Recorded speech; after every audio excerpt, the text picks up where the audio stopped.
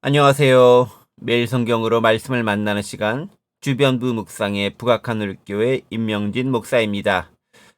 주변부 묵상은요, 우리가 성경 본문에서 일반적으로 듣고 발견할 수 있는 그런 내용보다는 그 주변에 있거나 감춰 있어서 그냥 지나치거나 잊기 쉬운 것들을 찾아내고 그 의미를 생각해 보는 그런 종류의 묵상입니다.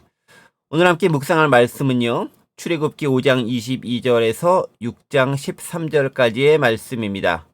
듣는 하나님과 듣지 않는 백성들이라는 주제로 함께 말씀을 생각해 보려고 합니다. 먼저 제가 본문 말씀 읽어보겠습니다. 모세가 여호와께 돌아와서 아뢰되 주여 어찌하여 이 백성이 학대를 당하게 하셨나이까? 어찌하여 나를 보내셨나이까? 내가 바로에게 들어가서 주의 이름으로 말한 후로부터 그가 이 백성을 더 학대하며 주께서도 주의 백성을 구원하지 아니하시나이다. 여호와께서 모세에게 이르시되 이제 내가 바로에게 하는 일을 네가 보리라. 강한 손으로 말미암아 바로가 그들을 보내리라. 강한 손으로 말미암아 바로가 그들을 그의 땅에서 쫓아내리라. 하나님이 모세에게 말씀하여 이르시되 나는 여호와이니라. 내가 아브라함과 이삭과 야곱에게 전능의 하나님으로 나타났으나 나의 이름을 여호와로는 그들에게 알리지 아니하였고 가나안 땅 곧 그들이 거류하는 땅을 그들에게 주기로 그들과 언약하였더니 이제 애굽 사람이 종으로 삼은 이스라엘 자손의 신음소리를 내가 듣고 나의 언약을 기억하노라. 그러므로 이스라엘 자손에게 말하기를 나는 여호와라.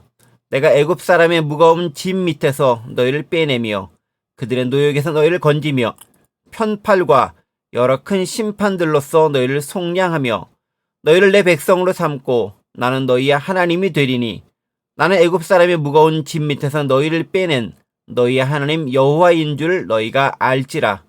내가 아브라함과 이삭과 야곱에게 주기로 맹세한 땅으로 너희를 인도하고 그 땅을 너희에게 주어 기업을 삼게 하리라. 나는 여호와라 하셨다 하라. 모세가 이와 같이 이스라엘 자손에게 전하나 그들이 마음의 상함과 가혹한 노역으로 말미암아 모세의 말을 듣지 아니하였더라. 여호와께서 모세에게 말씀하여 이르시되 들어가서 애굽 왕 바로에게 말하여 이스라엘 자손을 그 땅에서 내보내게 하라. 모세가 여호와 앞에 아뢰어 이르되 이스라엘 자손도 내 말을 듣지 아니하였거든 바로가 어찌 들으리이까? 나는 입이 둔한 자니이다. 여호와께서 모세와 아론에게 말씀하사 그들로 이스라엘 자손과 애굽 왕 바로에게 명령을 전하고 이스라엘 자손을 애굽 땅에서 인도하여 내게 하시니라. 아멘. 하나님으로부터 사명을 받은 모세는 애굽 왕 바로에게 나아가 이스라엘 백성의 석방을 요청하게 됩니다. 하지만 바로는 그 말을 듣기는커녕 오히려 더욱 가중한 노역을 이스라엘 백성들에게 부과하게 되지요. 학대가 더 심해진 겁니다. 자, 그러자 모세가 다시 하나님께 돌아와 하소연하듯 말합니다. 모세가 여호와께 돌아와서 아뢰되 주여 어찌하여 이 백성이 학대를 당하게 하셨나이까? 어찌하여 나를 보내셨나이까? 내가 바로에게 들어가서 주의 이름으로 말한 후로부터 그가 이 백성을 더 학대하며 주께서도 주의 백성을 구원하지 아니하시나이다. 모세의 하소연 가득한 그런 말이 아닐 수 없습니다. 사실 그렇습니다.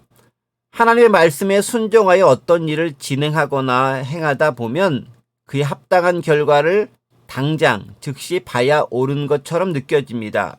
그런데요, 모든 일이 다 그렇게 우리가 원하는 대로, 원하는 방식대로, 그리고 원하는 때에 원하는 결과를 도출해내는 것은 아닌 것 같습니다.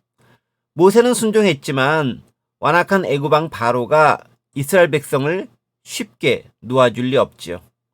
이때 우리는 실망하게 됩니다. 모세는 몇 번이나 거절하고 저는 아닙니다 라고 말하면서 하나님께 완곡한 거부의 의사를 밝혔지만 결국 하나님의 설득에 의해 소명을 받아 하나님의 말씀을 전파했지만 그에 대한 응답은 이스라엘 백성에게 가해진 더 큰 학대와 노역이었습니다. 여러분, 그래요. 하나님의 뜻에 내가 순종했지만 내가 원하는 결과가 즉각적으로 나타나지 않을 수도 있다는 사실, 우리는 그것에 주목해야 합니다. 하나님의 때가 있고 내가 원하는 때가 있습니다. 우리는 내가 원하는 때에 내가 원하는 방법대로 어떤 결과를 보기 원하지만 하나님은 하나님의 방식대로 이를 이끌어 가십니다. 그리고 당연히 어떤 것의 결과가 더 좋을까요? 궁극적인 결과는 하나님의 의도하신 대로 이루어지는 것이 당연히 좋습니다. 왜요? 하나님보다 우리가 더 지혜로울 수 없고 하나님보다 우리가 더 많이 알 수는 없기 때문에 그렇습니다. 선한 길로 인도하신 분은 하나님이신 것이죠. 다만 우리의 짧은 시야와 참지 못하는 우리의 성정이 그것을 기다리지 못하고 불평할 따름인 것이죠. 하지만 아직 끝날 때까지 끝난 것은 아닙니다. 하나님의 말씀과 소명을 내가 가지고 있다면 끝까지 인내하면서 기다려 봅시다. 반드시 결과는 나타납니다. 자, 어쨌든 그러자 하나님은 모세와 대화를 통해 놀라운 역사를 밝혀주십니다. 본문을 보면요, 여러 차례에 걸쳐서 나는 여호와니라, I am the Lord 라는 단어가 구절이 반복되는 것을 발견할 수 있습니다. 사실 이 구절 나는 여호와니라 라는 말씀은요, 무척 이례적이고 독특한 하나님의 자기 계시의 방법인 것을 알 수 있습니다.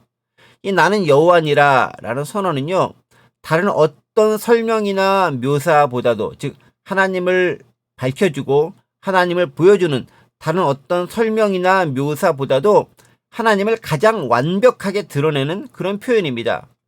그리고 바로 이 표현과 이 말은요, 모세가 하나님께 그 이름을 여쭙고 하나님으로부터 직접 들었던 사건을 생각나게 합니다. 출애굽기 3장 14절 말씀이죠. 나는 스스로 있는 자니라. 바로 이 말씀은 결국 여호와를 설명한 것이기 때문에 그렇습니다.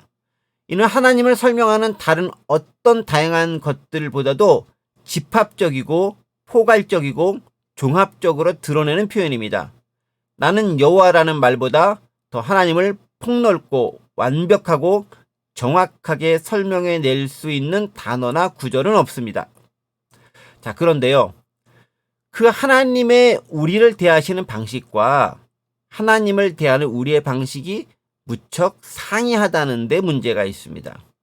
하나님은요, 당신의 이름을 걸고 이스라엘 백성들 향한 계획을 차근차근 이루어가고 계십니다. 그것은 단지 현재의 상태에만 국한된 것이 아닙니다. 그들의 조상들, 즉 이스라엘 백성들의 조상들 때부터 함께 하시고 약속하셨던 바를 차근차근 이루어 가시고 계십니다. 아브라함의 하나님, 이삭의 하나님, 야곱의 하나님이라는 이 표현은요, 이스라엘의 정체성과 그 근본이 무엇인지를 보여주고 그들의 하나님이 지금 이 백성 이스라엘의 하나님도 되신다는 것을 보여줍니다. 그리고 결정적으로 바로 그 하나님은 지금 이스라엘 백성들이 노역과 학대에 시달리며 신음소리를 내는 것, 그것을 듣고 계시는 하나님이라는 것도 드러내줍니다. 언약을 기억하고 계시는 거죠. 6장 5절이죠. 이제 애굽 사람이 종으로 삼은 이스라엘 자손의 신음소리를 내가 듣고 나의 언약을 기억하노라. 하나님은 언약의 하나님이십니다. 하지만 이스라엘은 어떨까요? 그들은 하나님이 어떤 분이신지를 드러내셨음에도 하나님을 거역하고 그 말씀을 듣지 않습니다. 9절 말씀입니다. 모세가 이와 같이 이스라엘 자손에게 전하나 그들이 마음의 상함과 가혹한 노역으로 말미암아 모세의 말을 듣지 아니하였더라. 그렇지요. 그들은 모세를 통해 전달받은 하나님의 말씀을 듣지 않습니다. 왜 그럴까요? 그들의 마음이 상하고 삶이 힘겹기 때문에 그렇습니다.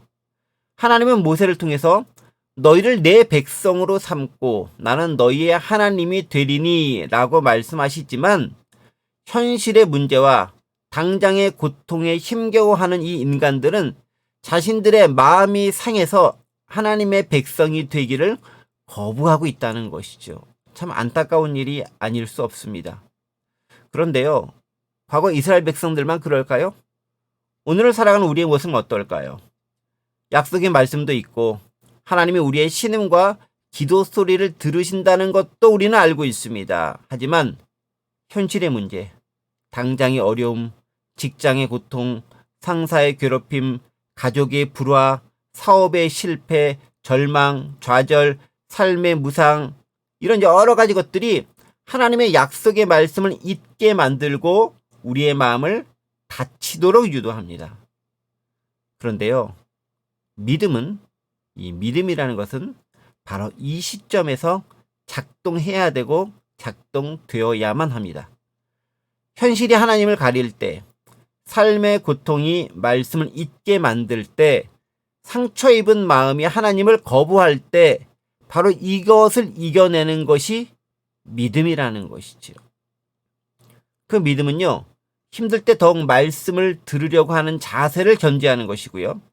어려울 때 더욱 말씀에 순종하려는 태도를 지키는 겁니다. 당장 눈앞에 뭔가 일이 일어나지 않아도 참고 견디는 겁니다.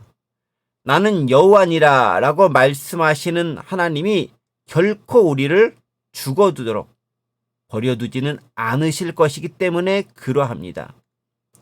그리고 이때 지도자, 어떤 공동체의 무리의 리더에게 필요한 것이 비전이고 소망입니다.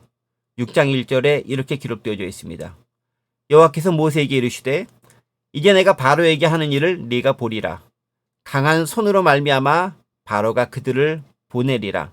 강한 손으로 말미암아 바로가 그들을 그의 땅에서 쫓아내리라. 그렇지요. 리더는요, 현재가 아닌 미래를 믿음으로 봐야 합니다. 하나님은 보게 될 것이라 말씀하십니다. 그리고 믿음으로 본 그 미래를 자신의 백성들에게, 공동체의 무리들에게 다시 재현시켜 주어야 합니다. 그들의 마음을 달래고 어루만지며 하나님의 때를 잘 기다릴 수 있도록 이끌어줄 책임이 있습니다. 그게 리더의 책임이고 리더의 역할이겠지요. 그게 또한 오늘을 살아내야 할 우리의 의무이기도 합니다. 말씀을 정리합니다. 참 힘들고 어려울 때입니다. 분노의 소리도 들리고 탄식과 절망의 목소리도 여기저기서 울려 퍼집니다. 이때 우리가 기억할 것은 약속의 말씀이고 신실하신 하나님에 대한 믿음입니다. 그리고 그 결실을 보기까지의 인내하는 자세입니다.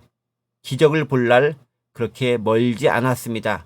그때까지 참고 기다리면서 하나님의 놀라운 역사를 함께 경험해 갈 수 있는 저와 여러분들 되시기를 간절히 원합니다. 이제 잠시 기도하겠습니다. 하나님 아버지, 여러 가지 삶의 힘들과 힘겨움과 어려움이 우리는 하나님으로부터 멀어지게 만들고 약속의 말씀을 잊게 만들기도 합니다. 그때 믿음을 가지고 하나님을 기대하게 하고 기억하게 하며 신앙을 지킬 수 있도록 도와주옵소서. 우리 혼자 힘으로 힘들라오니 하나님 성령께서 도우심으로 역사하여 주옵소서. 감사드리며 예수 그리스도의 이름으로 기도드립니다. 아멘. 오늘 하루도 행복하고 활기차게 샬롬.